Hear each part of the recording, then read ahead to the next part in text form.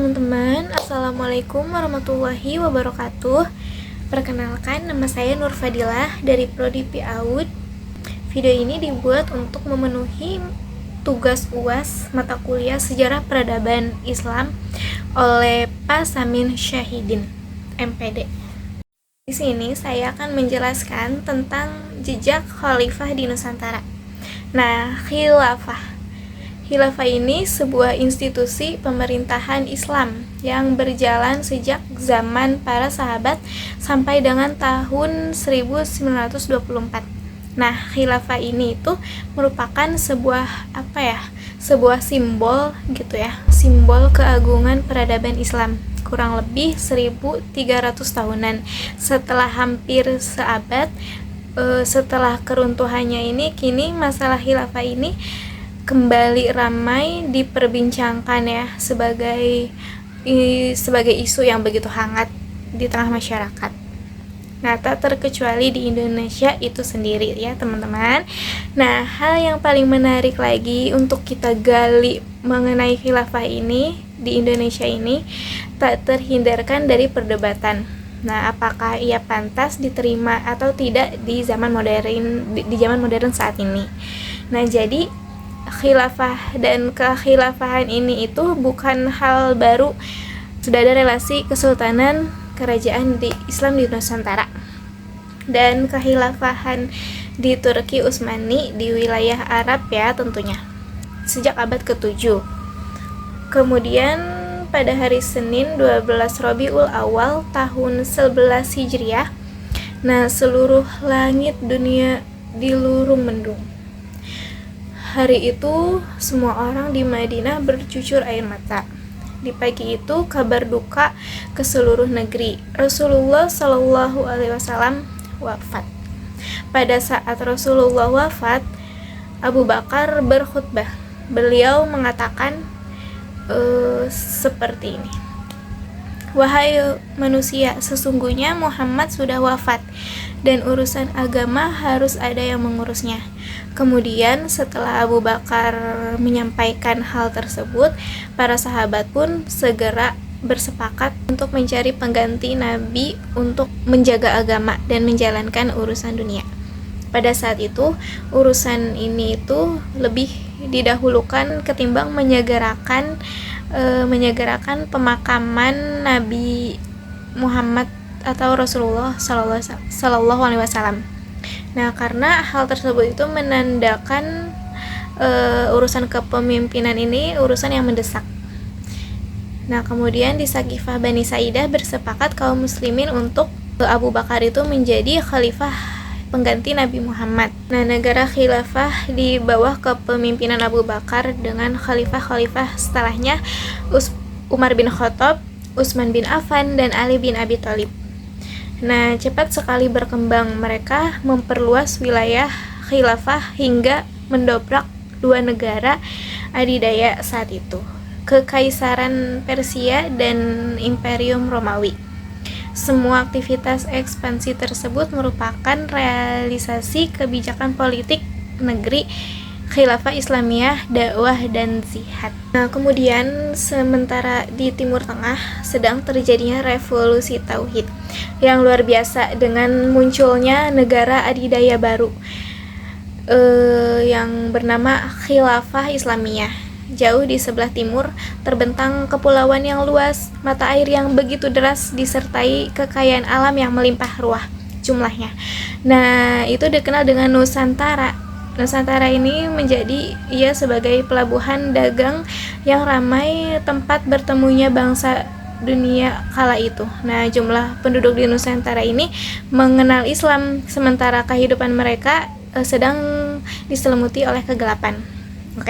Dari Buya Hamka di dalam buku beliau yang judulnya Sejarah Umat Islam, bahwa sesungguhnya bahwa teori yang kita tahu bahwa Islam masuk ke Nusantara itu berasal dari Gujarat pada abad ke-12 sampai 15 Masehi. Itu sebetulnya tidaklah tepat ya, karena Buya Hamka memiliki pandangan ataupun penjelasan terkait kapan sesungguhnya Islam masuk ke Nusantara Nah, beliau ini mengatakan bahwa Islam masuk ke Nusantara itu jauh sebelum teori Gujarat. Nah, di bawah pemerintahan Khulafaur Rasyidin, perdagangan kaum muslimin berkembang pesat dengan dikuasainya pelabuhan-pelabuhan strategis di Samudra Hindia. Nah, hubungan diplomatik dan komersial pun terjalin dengan sejumlah kerajaan dari India dan Cina. Di Cina mencatat telah datang serombongan utusan khilafah ke hadapan penguasa Cina di tahun 651 Masehi. Dan di ujung paling barat wilayah Nusantara terdapat pulau besar yang kala itu dikenal dengan Seribu Zat. Pelafalan mereka untuk menyebut Sriwijaya, pelabuhan-pelabuhan di kerajaan Sriwijaya menjadi titik transit setiap kapal yang hendak melanjutkan perjalanannya. Faktanya bahwa kerajaan Maharaja di Sriwijaya ada komunikasi dengan Daulah Umayyah, mengirim surat 2 kali. Surat yang dikirim Maharaja ini dialamatkan ke Damaskus, ibu kota Khilafah Umayyah yang saat itu dipimpin oleh Khalifah Umar bin Abdul Aziz. Maka di bawah kepemimpinan sang Khalifah Umar bin Abdul Aziz, khilafah menyebarkan rahmatan lil alamin ke segala penjuru dunia termasuk Nusantara. Nah, pada tahun 1258 dari arah timur datanglah segerombolan pasukan yang mengerikan. Tubuh mereka bak raksasa dan begitu mahir berpanah dan mengendarai kuda. Nah, inilah pasukan Mongol yang datang dari utara Cina. Khalifah Al-Mutasim ini dibunuh oleh pemimpin tentara Mongol. Kemudian pasca penaklukan Baghdad itu, Baghdad menjadi kota kosong. Penduduknya dibantai, khalifahnya dibunuh, dan kotanya juga dibakar. Pokoknya kacau sekali. Dan ternyata banyak kawasan Abbasiyah selamat dari pembantaian orang-orang Mongol, dan mereka itu akhirnya mengungsi. Terdapat 3 orang Bani Abbasiyah yang diketahui dimakamkan di Aceh. Nah, dari pusat khilafah lah dakwah Islam kembali dan menggencarkan aktivitasnya dengan mengirim berbagai juru dakwah ke seluruh penjuru alam. Dengan Samudra Pasai yang mendaulatkan dirinya sebagai Darul Islam yang berbaiat kepada Khalifah Samudra Pasai, mengemban tugas untuk mengubah seluruh Asia Tenggara dari Darul Gufri menjadi Darul Islam. Banyak orang-orang dari kesultanan ini yang langsung dibaiat ke khalifah, yaitu mengirim orang-orang Pasai itu banyak berimigrasi ke daerah-daerah lain ke Nusantara. Nah, Maulana Malik Ibrahim ini juga sebagian dari Wali Songo. Maulana Malik Ibrahim ini berdakwah di Jawa dan menyebarkan Islam di kalangan penduduknya. Nah, mereka mendapat sokongan penuh di negara Samudra Pasai. Dakwah mereka terus berkembang. Nah, para wali Songo juga dihormati karena sebagian besar mereka menyandang status keturunan Nabi melalui jalur Husain bin Abi Thalib yang terus turun-menurun. Dengan berdirinya Demak sebagai daulah Islam pertama yang berdaulat di tanah Jawa bertambah kuat, bersama-sama dengan Kesultanan Samudra Pasai di Sumatera, Kesultanan Malaka di Semenanjung Malaya, Kesultanan Brunei di Borneo, Kesultanan Sulu di Filipina.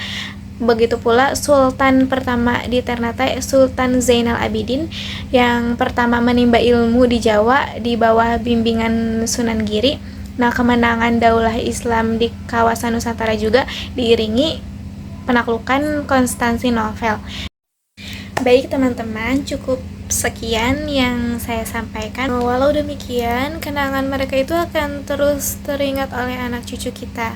Mereka akan terus mengingat bahwa orang tua kita dahulu, para penguasa kita yang soleh dulu pernah mengatakan baiatnya kepada Amirul Mukminin, khalifahnya umat Rasulullah SAW.